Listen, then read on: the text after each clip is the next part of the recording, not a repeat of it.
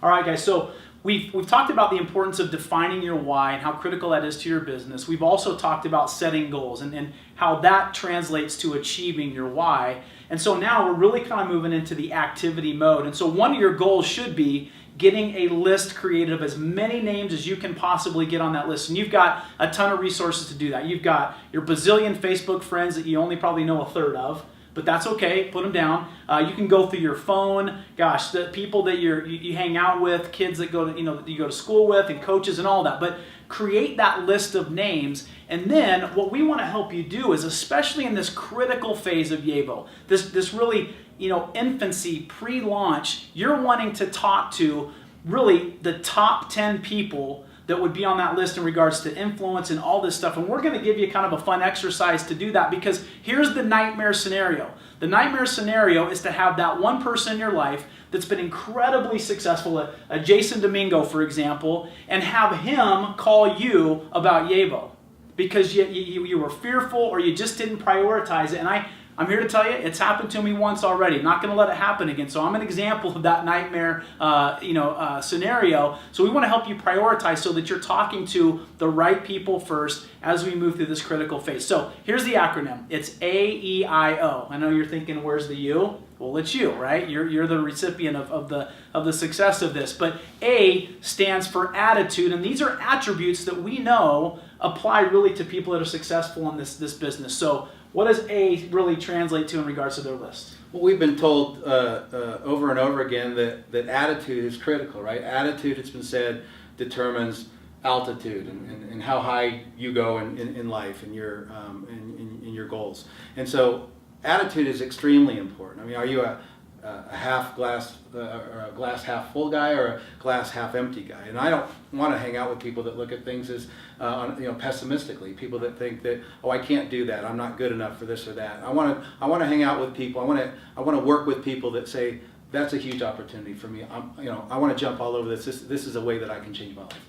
Yeah, I mean, and people that are fun, we get the chance to hang out and love working together. You get to choose who you work with here. So positive people that are driven. Look, I'll tell you this, highly successful people that have great attitudes, I have yet to have any of them that I've ever talked to look at me and go, oh, that's a pyramid scheme. That thing's a scam. Those people are people with crummy attitudes, not people that I'm going to put a star next to on my list. So when it comes to your list, all those people that fit in that category of a great attitude, one that's driven for success, go through that list and put a star next to every single name that fits a positive attitude, somebody that you want to work with. The E then stands for earnings. So how does earnings, when we talk about earnings, what does that mean? How does it translate to their list? Well, I don't know anybody that's made a lot of money in business that doesn't want to make more money. And it may be that they don't need the money, but it's a measure of their value that they provided to the marketplace. And it's been said that there are three types of people that make things happen, people that watch things happen, and people that go, what the heck just happened? And I've never known somebody that makes a lot of money to be either the middle or the end of those three people. They're always people that make things happen. You want to obviously surround yourself with people that make things happen. Those are the people that you want to recruit into your business, particularly in the early stages of your organizational development. Find the people that make things happen. Typically, those are the people with high net worths. Right.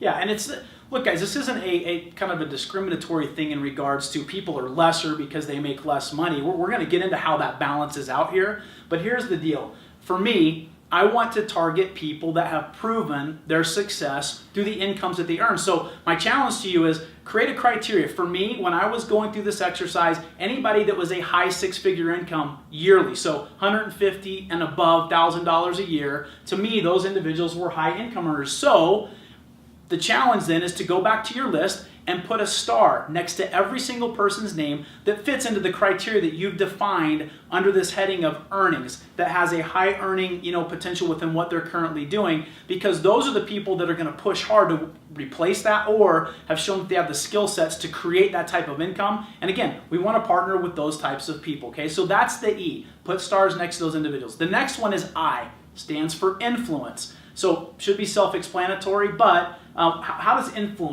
somebody's influence translate to their list? Well, we all know people within our communities that have quite a following. It may be through a trust relationship that they built within their communities, or maybe they're that person with a high net worth that's created a very successful business. They have the trust of those people as well. But people with massive influence, again, have networks that are very, very large. They're very significant. They can reach a lot more people than, say, somebody that just keeps to themselves, right? So you want to obviously go to those folks that have a large influence. Cool. Well, and influence really is leadership, right? I mean, John Maxwell says leadership is influence, nothing more, nothing less. So people don't have influence because they don't have credibility or they've treated people poorly. They have credibility and influence because people trust them. And so, we talked about earnings before. Look, a pastor or somebody that leads a charitable organization, they have massive influence. They might not be big income earners, so it balances that out. But we know influence is huge. I can guarantee you there are people in Jason's life, because of the influence that he has, that he literally could pick up the phone, go, I'm doing this deal, you got to do it with me, and they'd say, here's my credit card number, or here's what I got to do, I'm in no matter what. That's influence, and those are the people that we want to identify on that list again and put a star next to their name that would fall within that category of influence. The last one then is occupational skill. And there are specific skill sets in occupations that really apply well in regards to what we do in network marketing. So how does that translate to people's list? Well, I hate to speak in generalizations, but what's interesting is most network marketers, when they first get into the business, they go after salespeople because they think, salespeople are that's what they do.